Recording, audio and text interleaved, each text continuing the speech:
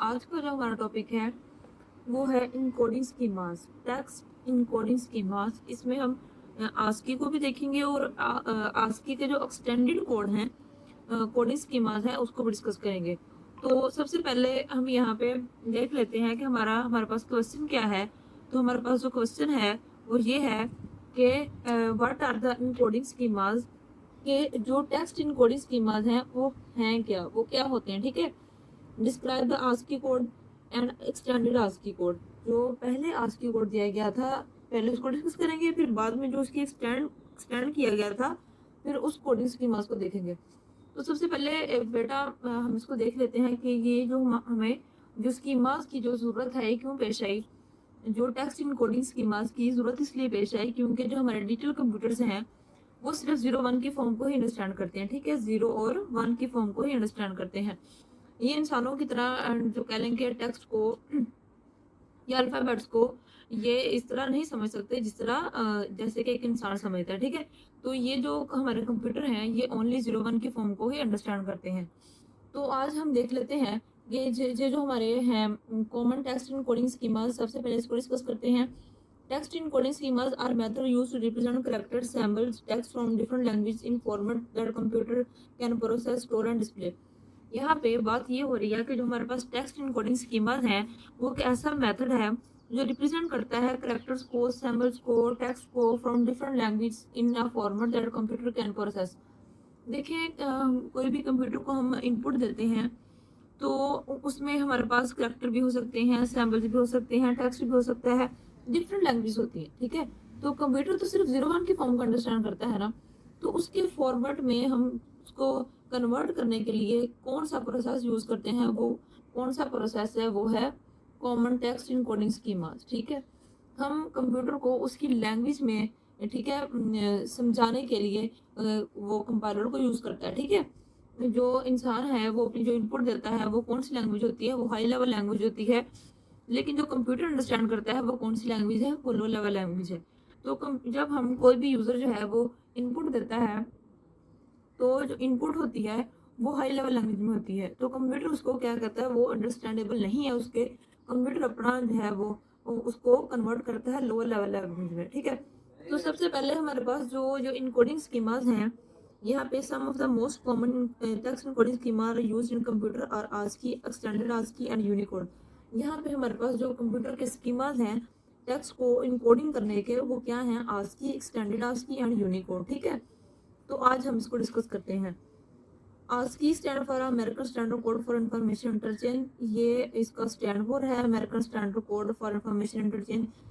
ये जो है एक अमेरिका की कह लें कि एक तंजीम थी जिसने जो है इसको ये जो कोड है हमें मुतारफ करवाया। ठीक है, it is a 7-bit encoding schema used to English character and basic symbol. हमारे पास जो 7-bit कोड होता है, इनकोडिंग स्कीमास होता है, वो इंग्लिश कैरेक्टर्स को और बेसिक सिंबल्स को समझने के लिए होता है। ठीक है, 0 to 7 क्या होता है, इंग्लिश और कैरेक्टर और बेसिक सिंबल को समझने के लिए होता है। It is one of the earliest and most widely used character encoding standard for a computer. ये जो है earliest and most widely use character, ये जो हमारे पास ये वाला जो आस्की का ये कह लें कि ये फॉर्म है, ये जो मेथड है, ये जो है अर्लीस्ट फॉर्म है। ठीक है, और ये वाइडली यूज हो रहा है। It assign a unique numerical code to each character including letters, numbers and symbol. हमारे पास हम कोई भी कैरेक्टर या कोई भी लेटर अपने कीबोर्ड से क्या कह लें कि उसको हम प्रेस करते हैं, तो कंप्यूटर क्या करता है, उसने उसको यूनिक न्यूमेरिकल कोड्स दिए होते हैं। ठीक है, यहाँ पे अगर हम कीबोर्ड से ए को प्रेस करेंगे ना, देखिए बेटा, अगर हम ए को प्रेस करेंगे तो जो कंप्यूटर का कोड है ना वो क्या आएगा, वो 65। कंप्यूटर जो है वो 65 को ही अंडरस्टैंड करेगा, वो ए को अंडरस्टैंड नहीं करेगा। ठीक है, इसी तरह हमारे पास अगर बी को हम कीबोर्ड से प्रेस करेंगे तो हमारे पास इसका कोड क्या आएगा, वो 66 आएगा। ठीक है, इसी तरह अगर हम सी को राइट करेंगे कीबोर्ड से प्रेस करेंगे तो हमारे पास क्या आएगा, 67 आएगा। अब यहाँ पे बात हम यहाँ पे ये कर रहे हैं कि जो हमारे पास कोड है 65 किसको रिप्रेजेंट कर रहा है, अपर केस लेटर को। ठीक है, जो 97 है वो किसको रिप्रेजेंट कर रहा है, लोअर केस लेटर को। ये देखिए बेटा, यहाँ पे अपर केस और लोअर केस जो लेटर है दोनों के जो कोड हैं उनमें कितना डिफरेंस है। ये देखिए, अगर हम अपर केस को प्रेस करेंगे तो क्या आएगा, वो 65 को समझेगा, और जो अगर हम लोअर केस को राइट करेंगे, प्रेस करेंगे उस की को, तो क्या आएगा 97 को समझेगा। ठीक है, कंप्यूटर को सिर्फ 01 की फॉर्म ही समझ आती है। कोड 32 रिप्रेजेंट स्पेस करेक्टर, अगर हम स्पेस का जो करेक्टर है वो किसको रिप्रेजेंट कर रहा है, वो 32 को कर रहा है। अगर हम स्पेस को प्रेस करते हैं तो वो 32 को ही समझेगा। ठीक है, तो नेक्स्ट बेटा देख लेते हैं। ASCII code enables different computers and devices to exchange text information reliable. ये जो हमारे पास ASCII कोड है ये इनेबल करता है डिफरेंट कंप्यूटर एंड डिवाइसेस को एक्सचेंज करने के लिए टेक्स्ट इन्फॉर्मेशन एंड रिलायबल। ये जो है ASCII कोड है ये कंप्यूटर को ये क्या कहते हैं कि ये इंफॉर्मेशन को एक्सचेंज करने के लिए एक अहम किरदार अदा करता है। ठीक है, the name of our country can be encoded using ASCII as follows. ठीक है, तो नेक्स्ट बेटा हम इसकी जो है मजीद डिटेल से इसके जो कोड्स हैं उसको देखते हैं। तो बेटा अब हम इसके ASCII के कोड देख लेते हैं। अगर हमारे पास हम P को प्रेस करेंगे कीबोर्ड से तो इसका कोड क्या है, वो 80 आएगा। ठीक है, इसी तरह अगर हम लोअर केस लेटर A है उसको हम प्रेस करेंगे कीबोर्ड से तो क्या उसका कोड है 97 है। इसी तरह K का क्या है 107, I का क्या है 105 और S का ये। ठीक है, फॉर एग्जांपल यहाँ पर हम एग्जांपल देख लेते हैं। अगर हम यहाँ पे कैट, ठीक है, अगर हम कैट यहाँ पे राइट करते हैं, ठीक है कैट, तो यहाँ पे C जो है C का यहाँ पे कोड क्या होगा 67।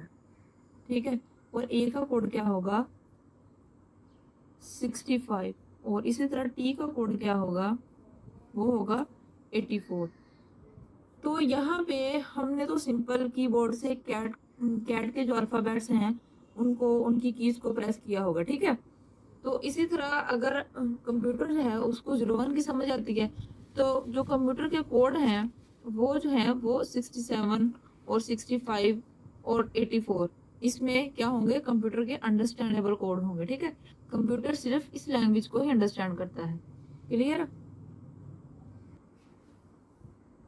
तो नेक्स्ट बेटा हमारे पास टी का ASCII कोड देख लेते हैं हम। यहाँ पे हमारे पास टी का जो ASCII कोड है वो क्या है 116। इसी तरह जो लोअर ए है अल्फ़ाबेट्स में वो हमारे पास 97 इसका कोड है। इसी तरह एन का क्या है 110। ये देखिए बेटा यहाँ पे हमारे पास नेक्स्ट पूरा टेबल है कि हमारे पास यहाँ पे, तो यहाँ पे हमारे पास पूरा टेबल है। हमारे पास जो करेक्टर होंगे, सिंबल्स होंगे, ये देखें जितने भी सिंबल्स यूज़ हो रहे हैं जो हमारे कीबोर्ड में अल्फ़ाबेट्स हैं, greater than, less than, lower case, upper case letters, सारे के सारे जो हैं उनके कोड्स जो इस टेबल में दिए गए हैं। तो बेटा ये याद करने वाली कोई चीज़ नहीं है, ना इसको ज़बानी याद करना है आपने, बस इसको एक दफ़ा देख लें। ठीक है, सिर्फ ये ना एक कंसेप्ट के लिए आपके लिए है, तो बस आप इसको देखना है। नेक्स्ट हम देखते हैं इसका जो पॉइंट 2 है। तो नेक्स्ट जो हमारे पास इसका जो पॉइंट 2 है वो क्या है, एक्सटेंडेड ASCII। हमने पहले जो ASCII था उसको स्टैंडर्ड ASCII को पढ़ा था। अब यहाँ पे जो एक्सटेंडेड है, एक्सटेंडेड बिट है, हम उसको डिस्कस करेंगे। यहाँ पे हमारे पास पहले 7 बिट कोड था, ठीक है, जो हमने पहले पढ़ा।